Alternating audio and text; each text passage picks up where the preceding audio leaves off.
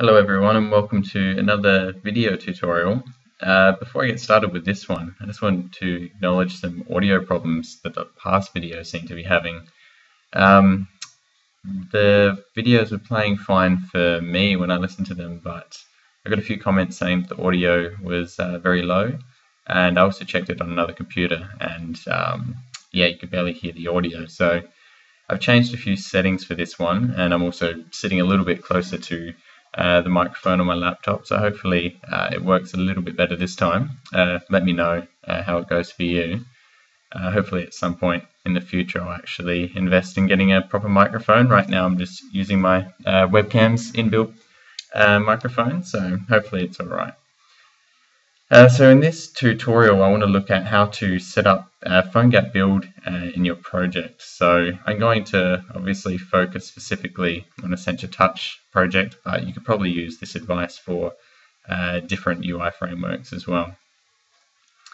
So before I get into the code side of things, first you're going to come to the PhoneGap Build website. So that's just build.phonegap.com. And you'll have to create an account here to start using it. So we just click on register and you'll see the options available.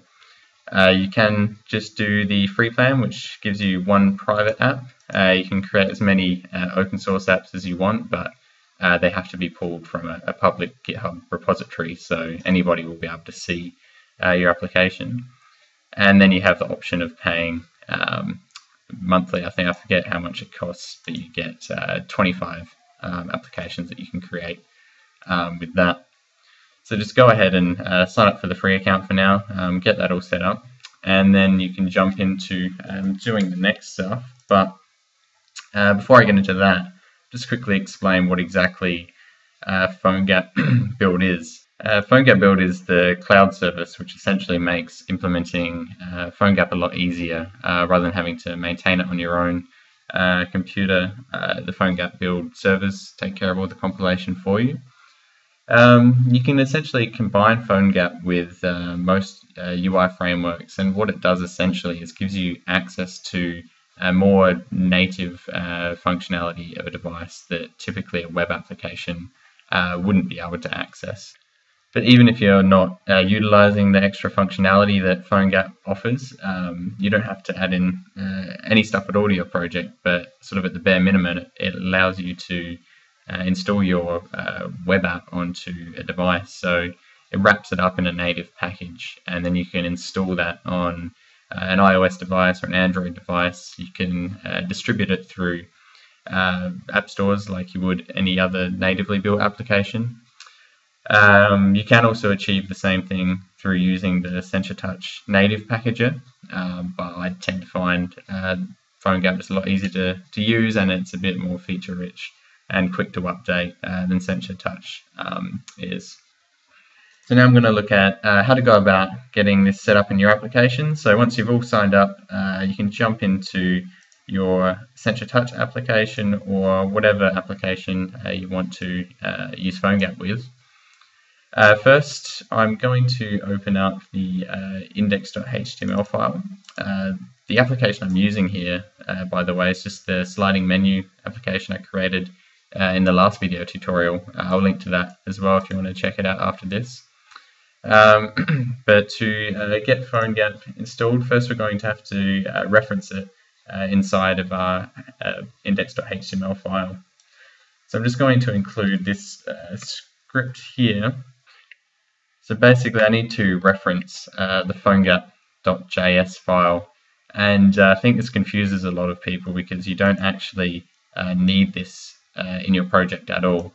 A lot of people think that you need to, and it makes sense to think that you would have to have a PhoneGap.js file stored in here somewhere, but essentially all this is handled on the PhoneGap build servers. So all you need to do is reference it, and you don't need to worry about actually including that file in your project.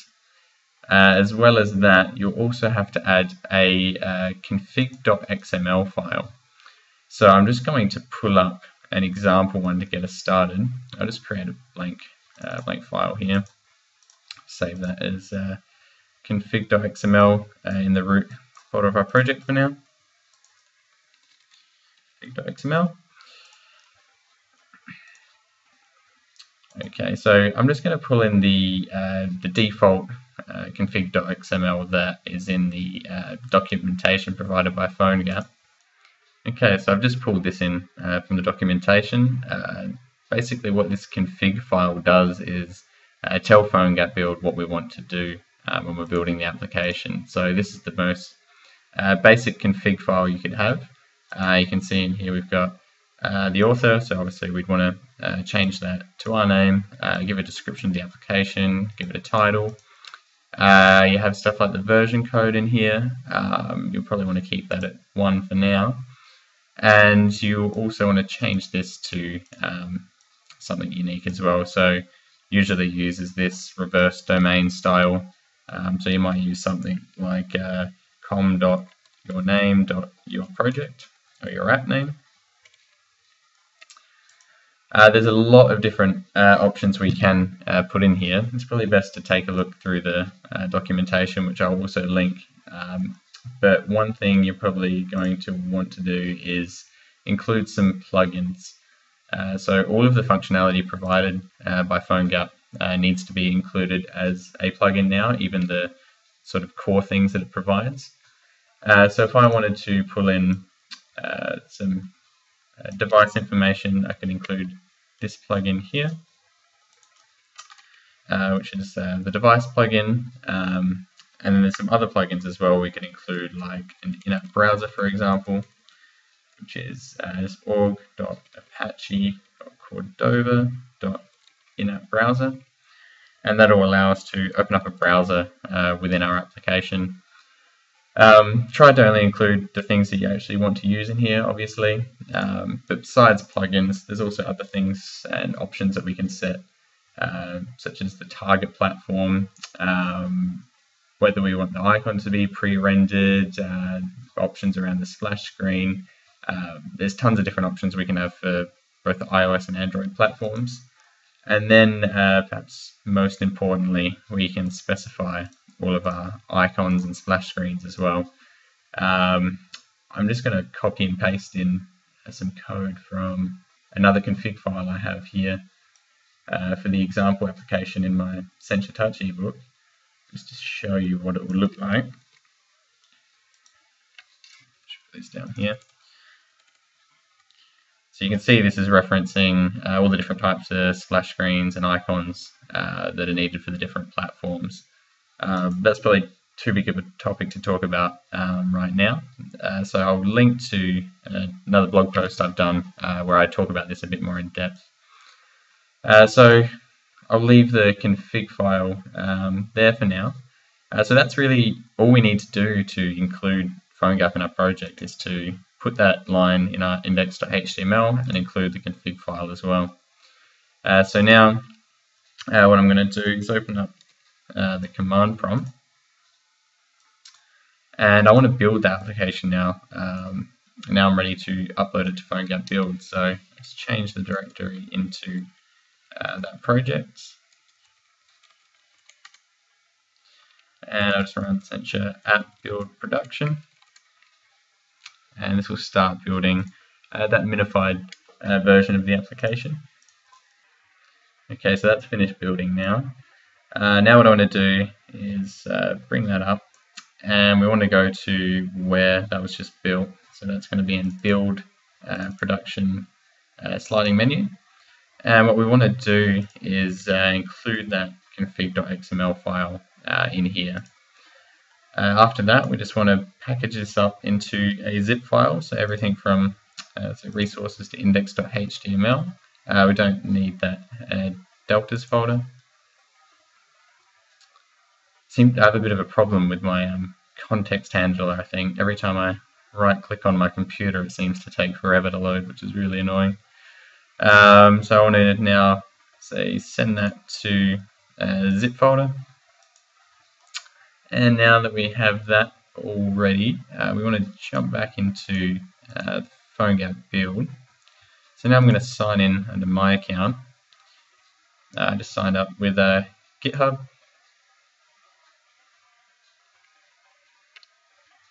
So I already have an application in here right now. This is the Touch Friends application that comes with my Set Up Touch ebook. So this is going to obviously look a little bit different than when you log into it. But essentially, there's not too much that's going to be different. You'll have some button where you can upload a zip file, which is what I do here. So I just go to Update Code, choose File, and then I'll upload that, the zip folder that I just created. And so once you submit that, it will go through building your application, and then you can come to a screen like this.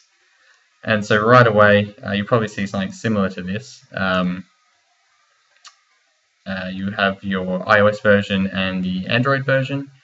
So the Android version should work for you right away. That should be fine, and you should have an error for the iOS version.